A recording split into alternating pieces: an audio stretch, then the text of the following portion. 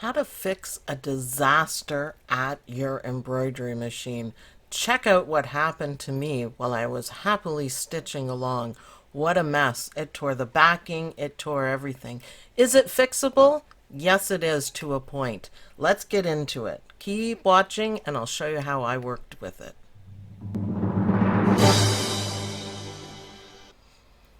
All right, well, here is the incident in regular motion, not slow motion. Stitching happily along and boom, what a mess, what a mess. Now, keep in mind that this only took about 5 seconds, not including the first stitching part. And your first instinct is put your hand in there and to, flatten everything down. So this is kind of in slower motion. But do not do that. Stop your machine. That's what you need to do. That's how people sew their fingers, is by not stopping the machine. So, okay, let's look at what happened nice and close and slow motion. So the fabric tab there came up, and you can see how it's going to get all caught in. The machine is still going, and it is in fact stitching the tab down through the middle. So that's the thing to remember about this, that it's getting stitched down. Now there's really only about 15 stitches in between, but you can really see how it is stitching it down. So even more, and then it's caught up because it's stitched down in between. It's caught up and it's going to drag the fabric, and you can see over to the right, you can see where it is ripping the stabilizer. It is tearaway stabilizer. So I stop it right there. You can see right there that it is stitching the fabric down. And you can see the tear, you can see how it's pulling up. Everything is a bit of a mess.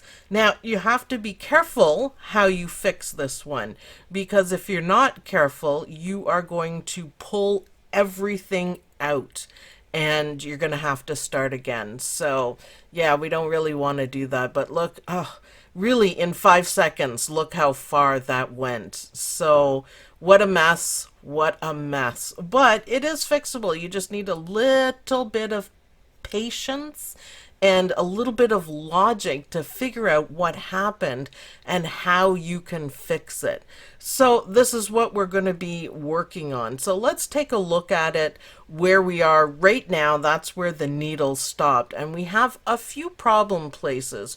Right there where it's ripped, that might be a problem. It's tearaway, so we can fix it. We can work with it. So that's the first problem that we have going on. And believe me, there's many more, many, many more. The second problem is that tab of fabric that got stitched down into the needle end there, the foot. And that's going to be a problem too, because we don't want anything to rip. We don't want anything to tear. We want to be able to try to salvage this mistake at the machine. And this is going to happen to everybody. This is going to happen to everybody. So we've got the fabric and we've got the point of at the needle as well. So once you analyze it, and I always stop the machine, again, don't try to put your fingers in there. That's when you get stitched and you get into trouble. So stop the machine is what you need to do for sure. And then take a look at the points of what has happened. And this is going to make it a whole lot easier to try to fix it. So again, you have to be careful. Don't try to take the hoop out.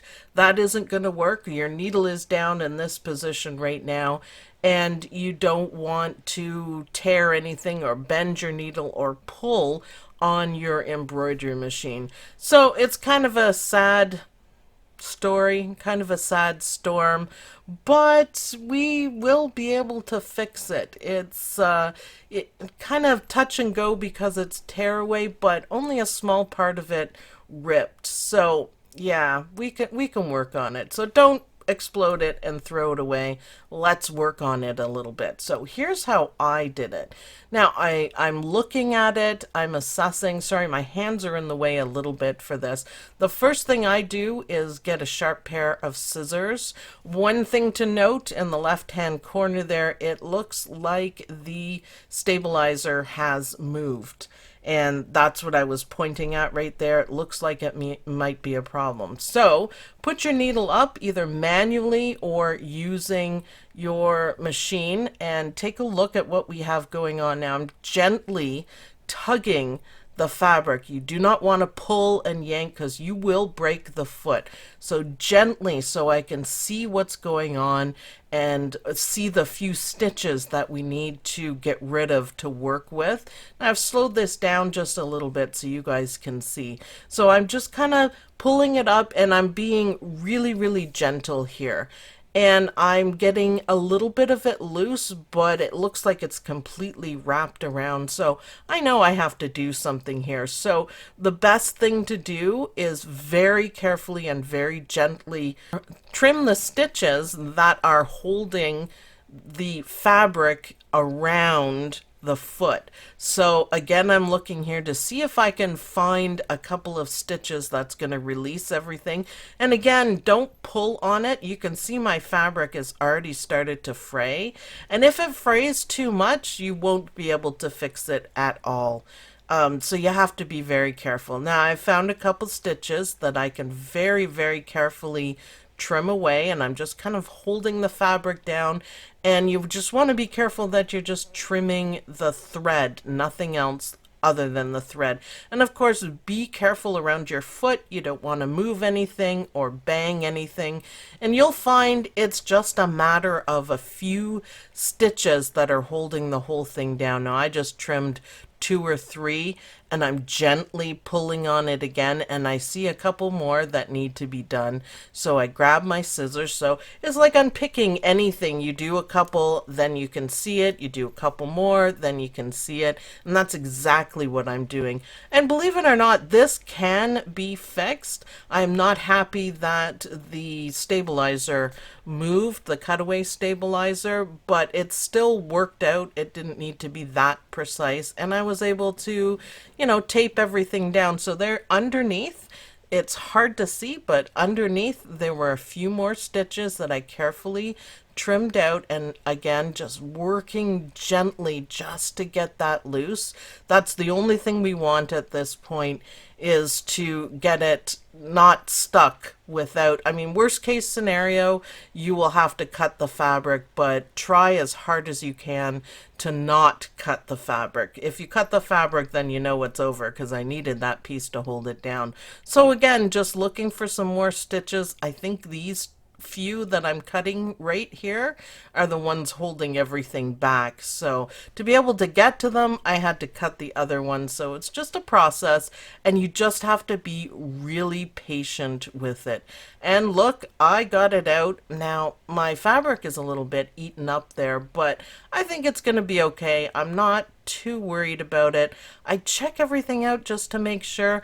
And what I'm going to do, you can see the fray up there. What I'm going to do is tape it all down so that it doesn't, you know, pull up again. So I'm going to tape that whole flap down, and I'm actually going to stitch over the tape as well, just to make sure that this part goes. So a little bit of playing around, and again, you have to be really careful not to pull anything. You don't want to break your machine over a little mistake like this, and you don't want to move the backing. So I'm just assessing it and just seeing if it's going to work.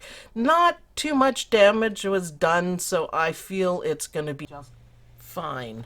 So let's keep going and see. I think it's worth trying to fix a mistake like this, or a disaster. Some people would call it a disaster.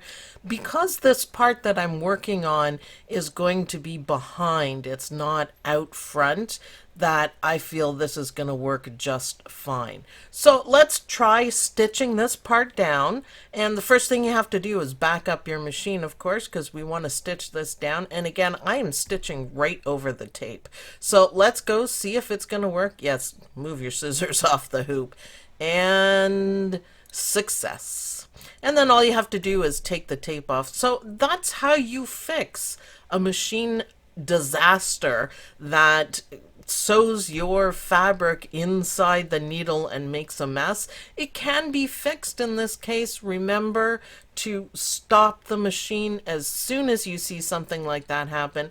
If you were to leave the machine running, if you weren't watching it, I think it would have made a big mess and put a strain on your embroidery machine, and we don't want that. We don't want to strain our embroidery machine. So if you come up with a disaster like this, it's not over. Have a go at saving it and save all your time and work and see if it's gonna go. So thanks everyone for watching. I hope you guys like this video. I hope you guys fix mistakes and stay patient.